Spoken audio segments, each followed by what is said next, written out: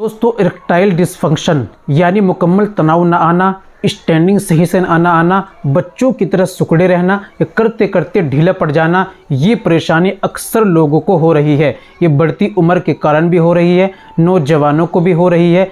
कारण इसका क्या है ये भी मैं आपको बतलाऊंगा और इसका इलाज क्या है ये भी मैं आपको बतलाऊंगा। दोस्तों, केवल 3 चीज़ें हैं, सिर्फ 3 चीज़ें जो आपकी किचन में मौजूद हैं, घर पर मौजूद हैं। आप टेस्ट के तौर पर अचार में, सब्जी में इस्तेमाल करते हैं, लेकिन आज मैं दवाई के तौर पर खाने का तरीका मैं आपको बतलाऊंगा।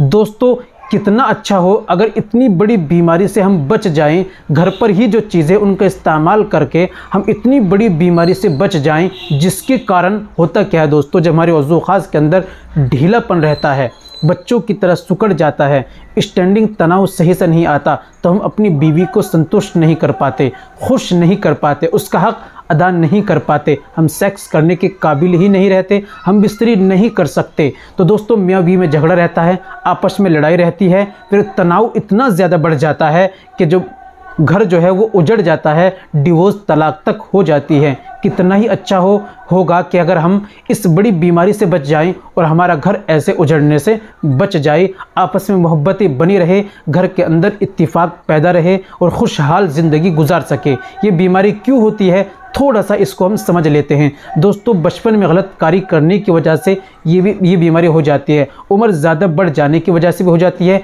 ब्लड प्रेशर हाई हो जाने की वजह से भी, और कुछ खान पीन की वजह से भी ये परेशानी हमें आ जाती है, इरेक्टाइल डिसफंक्शन की समस्या हमें आ जाती है। दोस्तों, हमारे वज़ू ख़ास जो है पेनिस के अंदर नसें उसकी जाम हो जाती हैं, नसें सूज जाती हैं, उसके अंदर सूजन आ जाती है, ये नसें सिकुड़ जाती हैं, उसके अंदर खून का सर्कुलेशन सही से नहीं होता, इसीलिए उसके अंदर वो बच्चों की तरह मुरझा हुआ रहता है, तनाव स्टैंडिंग नहीं आती। ये तो हमने बात कर ली, चलिए इसके इलाज के बारे में जान लेते हैं बिना देर करते हुए। तो दोस्तों, ये बताने से पहले एक छोटी सी गुजारिश कि अगर आप हमारे चैनल पर नए आए हैं या अभी तक आपने हमारा चैनल सब्सक्राइब नहीं किया तो जल्दी से चैनल को सब्सक्राइब कर दें और बेल आइकन पर ऑल पर प्रेस कर दें। दोस्तों, वीडियो को प्यार सा लाइक कर दें। और हाँ दोस्तों, अगर आपने बचपन में कितनी भी ज़्यादा गलत कार्य हो, मुकम्मल कोर्स करना चाहते हैं, शादी कोर्स करना चाहते हैं, टाइमिंग जिरियान धात का कोर्स करना चाहते हैं, देसी आयुर्वेदिक दवाओं के द्वारा या ऑनलाइन घर बैठे दवाई मंगाना चाहते हैं, अपना इलाज खुद कीजिए, ऑनलाइन दवाई मंगाइए, या हमसे हेल्प लेना चाहते हैं, दिए गए नंबर पर अभी आप हमसे कॉल कीजिए, व्हाट्सएप कीजिए, बात कीजिए, इंशाल्लाह आपकी ज़रूर हेल्प की जाएगी। चलिए शुरू करते हैं, जानते हैं आज के नुस्खे के बारे में। दोस्तों, केवल 3 चीज़ें। तो दोस्तों, सबसे पहले आपको लेना है गार्लिक, जिसे लहसुन कहते हैं, दूसरी चीज़ मेथी दाना, और तीसरी चीज़ कलौंजी।